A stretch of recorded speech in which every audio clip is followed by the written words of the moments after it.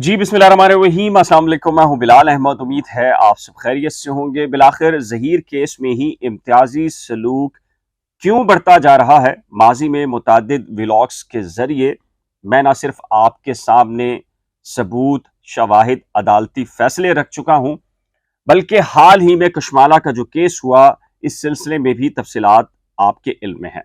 लेकिन आज मैं आपके सामने मजीद 3 केसेस के तहरीरी हुक्मनामे पेश करने जा रहा हूं, जो कि बिल्कुल जिनकी मिसाल और जिनका जो पस मंज़र है वो ज़हीर केस से मुताल्लिक ही है।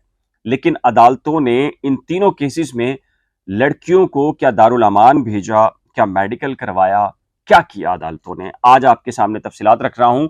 उन यूट्यूबर्स की तरह नहीं जिनके पास ना अदालती फैसले होते हैं, ना दस्तावेजात मौजूद हैं, ना डॉक्यूमेंट्स मौजूद हैं। झूठ दर झूठ और दर झूठ की ऐसी दास्तानें हैं कि शैतान भी उनसे पनाह मांगने लगा है। और मैं आपके सामने ना सिर्फ दस्तावेजात, अदालती फैसले रखूंगा, बल्कि आपको ये भी बताऊंगा कि अगर आप में से कोई शख्स ये समझे कि ये डॉक्यूमेंट्स जाली या झूठे हो सकते हैं, तो वो सिंध हाई कोर्ट की कौन सी वेबसाइट के ऊपर जाकर इनकी बाकायदा तस्दीक कर सकता है।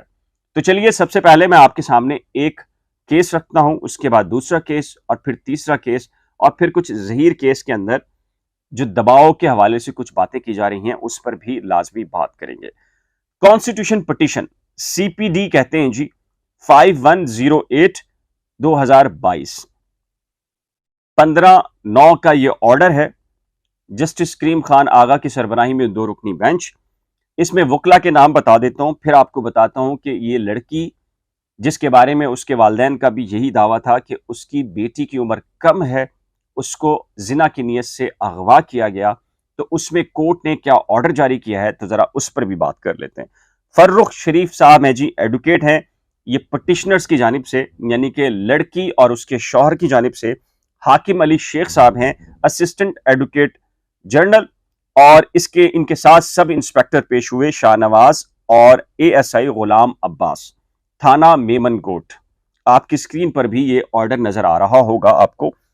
तफ्तीशी अफसर ने अदालत को बताया कि उसने लड़की का 161 का जो स्टेटमेंट है, जो मुसम्मात सकीना, उसका रिकॉर्ड किया, और रिकॉर्ड करने के बाद कोर्ट ने यह कहा कि चूंकि लड़की का बयान हो चुका, और तफ्तीशी अफसर ने कहा कि लड़की के बयान के मुताबिक लड़की का यह कहना है कि उसको अगवा नहीं किया गया और उसने मर्जी से शादी की है। कोर्ट में तफ्तीशी अफसर ने कहा कि वो इस एफआईआर को, जो कि उसके वालिद ने इस नीयत से दर्ज कराई कि उसकी बेटी को जिना की नीयत से अगवा किया गया, और जो बाकी के दावे रेप, जिना, ज्यादती के हैं, तफ्तीशी अफसर ने कहा कि वो इस केस में मुकदमे को सी क्लास कर रहे हैं, और जुडिशल मजिस्ट्रेट के सामने 3 रोज के अंदर ये सी क्लास की रिपोर्ट को पेश कर देंगे, जिस पर अदालत ने तफ्तीशी अफसर को कहा कि 3 रोज के अंदर आप ये अमल पूरा कीजिए, और इस केस को अदालत ने फौरी तौर के ऊपर डिस्पोज ऑफ कर दिया। और इसके साथ ही अदालत ने सिक्योरिटी प्रोवाइड करने का कहा लड़की और उसके शौहर को। तो एक ये ऑर्डर है आपके सामने, कॉन्स्टिट्यूशन पिटीशन, दोबारा से बता देता हूं जी, 5108/2022, और ये आपकी स्क्रीन पर आपको नजर भी आ रहा होगा। चलिए, अब अगली जो ऑर्डर है, जजमेंट है, उसकी तरफ बढ़ते हैं, और ये कॉन्स्टिट्यूशन पिटीशन नंबर है 4512/2022। इसमें जी अहमद खान है एडवोकेट पिटिशनर फॉर पिटिशनर्स, यानी कि लड़की और लड़के की जानिब से, यानी कि मियां बीवी की जानिब से। हाकिम अली शेख साहब एडिशनल एडवोकेट जनरल सिंध पेश हुए।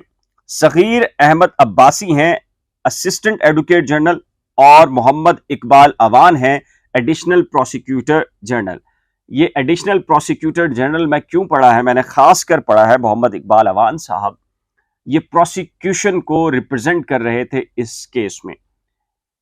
एक पूरी की पूरी प्रोसिक्यूशन है ज़हीर के केस में, उनका वहां क्या स्टांस होता है, क्या वो दावे करते हैं, क्या वो बातें करते हैं, और एक इस केस में भी प्रोसिक्यूशन के एक एडिशनल प्रोसिक्यूटर जनरल सिंध मौजूद थे। क्या उन्होंने मज़ाहमत की, क्या उन्होंने इस केस में बिल्कुल वही मौक़िफ़ अख्तियार किया जिस तरह वो ज़हीर केस में मौक़िफ़ अख्तियार कर रहे हैं। تو ذرا اس میں دیکھ لیتے ہیں جی. اس میں پٹیشنر کو عدالت نے بلایا اور پوچھا کہ آپ کے ساتھ کیا ہوا ہے. اس نے لڑکی نے عدالت میں یہ بیان جاری کیا. ناہید ڈاٹر آف جمال الدین، لڑکی نے بیان دیا کہ اس نے مرضی سے شادی کی ہے اور اس کو کسی نے اغوا نہیں کیا.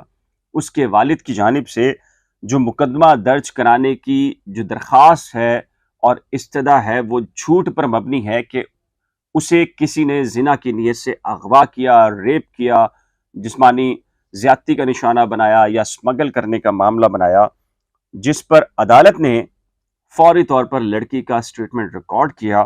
اور لڑکی کا سٹیٹمنٹ ریکارڈ کرنے کے بعد تفتیشی افسر کو یہ کہا کہ وہ جو مقدمے کی سی کلاس سے متعلق رپورٹ ہے وہ جوڈیشل مجسٹریٹ کے سامنے پیش کرے. اور اس طرح عدالت نے جو پولیس ہے اس کو یہ حکم جاری کیا کہ آپ اس لڑکی اور اس کے شوہر کو تحفظ فراہم کریں اور اس اپلیکیشن کو ڈسپوز آف کر دیا.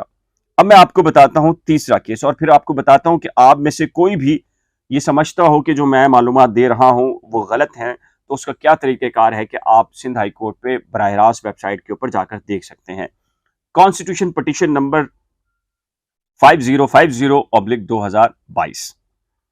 اس میں جی نصیر اللہ محسود ہیں اور ظہور الدین ایڈوکیٹس ہیں لڑکے اور لڑکی کی طرف سے. صغیر احمد اسسٹنٹ ایڈوکیٹ جنرل ہیں اور ان کے ساتھ سب انسپیکٹر عبد المجید لغاری اور ان کے ساتھ پولیس اسٹیشن تھانہ سوراب گوٹ کے حکام عدالت میں پیش ہوئے. اور سب انسپیکٹر عبد المجید لغاری نے عدالت کو بتایا کہ ہم نے لڑکی کا بیان قلم بند کیا ہے جس نے یہ کہا کہ اس نے مرضی کی شادی کی ہے اور اس کو کسی نے اغوا نہیں کیا. تفتیشی افسر نے بتایا کہ میں اس مقدمے کو سی کلاس کر رہا ہوں، جس پر عدالت نے کہا کہ 3 روز میں یہ سی کلاس آپ پیش کیجئے مجسٹریٹ کے سامنے. اور عدالت نے اسی وقت اس کیس کو ختم کر دیا اور لڑکی کو تحفظ فراہم کرنے کا حکم جاری کیا. نکاح نامہ بھی آپ کے اسکرین پر آپ کے سامنے موجود ہے. اب ذرا آ جائیے، یہ آپ کیسے تصدیق کر سکتے ہیں جو میں نے تینوں کانسٹیٹیوشن پٹیشنز پڑھی ہیں 5108 5050 اور 4512/2022. آپ سندھ ہائی کورٹ کی ویب سائٹ پہ جائیے، وہاں کیس سرچ کا آپشن آتا ہے اور کیس سرچ کے آپشن میں کیس نمبر یعنی کہ سی پی نمبر یا سوٹ نمبر آپ سے پوچھے گا اور آپ اس میں سے کسی بھی سی پی کو لکھیں گے تو اس کے سامنے اس کی پوری تفصیلات آ جائیں گی اور آپ کو پتہ چل جائے گا کہ میں جو آپ کو آرڈر دکھا رہا ہوں کیا عملی طور پر وہ کانسٹیٹیوشن پٹیشنز کی جو تفصیلات ہیں وہ وہاں پر موجود ہیں یا نہیں ہیں. تو ان 3 آرڈرز جو کہ مڈ سپٹمبر کے ہیں، آپ اندازہ لگا سکتے ہیں کہ کس طرح پسند کی شادی کے معاملات کے اندر عدالتیں آرڈر جاری کرتی ہیں. لیکن انفارچونیٹلی جس طریقے سے ظہیر کے کیس میں کیا جا رہا ہے، ہم بارہا یہ نقطہ اٹھاتے رہے ہیں، خاص کر جو مبینہ مغویہ کے جو رائٹس ہیں اس کو جس طریقے سے سلب کیا جا رہا ہے، نہ اس کا بیان لیا جا رہا ہے، نہ اس سے کوئی پوچھنے والا ہے، اس کو دکھ تکلیف کس مصیبت کا سامنا ہے.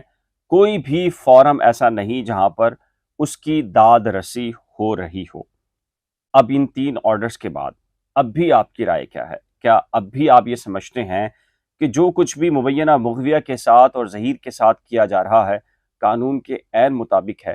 اگر ظہیر کے ساتھ جو کچھ کیا جا رہا ہے، مبینہ مغویہ کے ساتھ جو کچھ کیا جا رہا ہے اگر قانون کے عین مطابق ہے تو باقیوں کو پھر ریلیف کیوں دیا جا رہا ہے؟ صرف ایک 161 کے سٹیٹمنٹ کے بعد انہیں اپنے شوہروں کے ساتھ کیوں بھیجا جا رہا ہے؟ تو اصلاحات اگر ہونی ہیں تو ہر نوعیت کے کیسز میں ہونی چاہیے. برتاؤ اگر ہونا ہے تو یکساں ہوتا دکھائی دینا چاہیے. آپ کی رائے کیا ہے؟ اپنی قیمتی رائے کا اظہار نیچے دیے گئے کمنٹ سیکشن میں ضرور تحریر کیجیے گا. اگر آپ نے ابھی تک کرنٹ افیئرز ود بلال اور نئی کھوج کو سبسکرائب نہیں کیا تو براہ کرم سبسکرائب کرنا مت بھولیے گا. ایک نئے ولاگ کے ساتھ جلد ملیں گے، تب تک کے لیے خدا حافظ.